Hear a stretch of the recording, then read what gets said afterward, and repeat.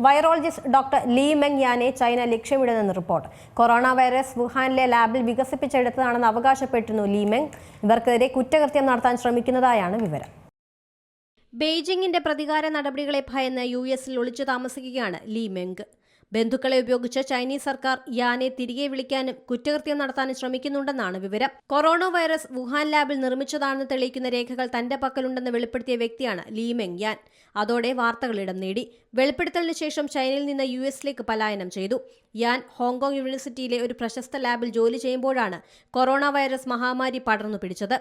Chinese സർക്കാർ മനഃപൂർവ്വം virus ഉണ്ടാക്കി പുറത്തുവിട്ടെന്നും അത് നിരവധി ആളുകളുടെ മരണത്തിന് കാരണമായെന്നും യാൻ വിശ്വസിക്കുന്നു. യാന്റെ വാദങ്ങളെ പിന്തുണയ്ക്കുന്ന സംഘടനകളുടെ സഹായത്തോടെയാണ് യുഎസിലേക്ക് രക്ഷപ്പെട്ടത്.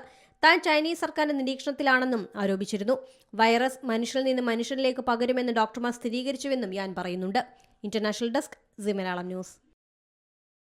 ഏറ്റവും പുതിയ വാർത്തകളും വിശേഷങ്ങളും വിരൽ തുമ്പിലറിയാൻ സി മലയാളം ന്യൂസ് എല്ലാ ഡിജിറ്റൽ പ്ലാറ്റ്ഫോമുകളിലും ലഭ്യം.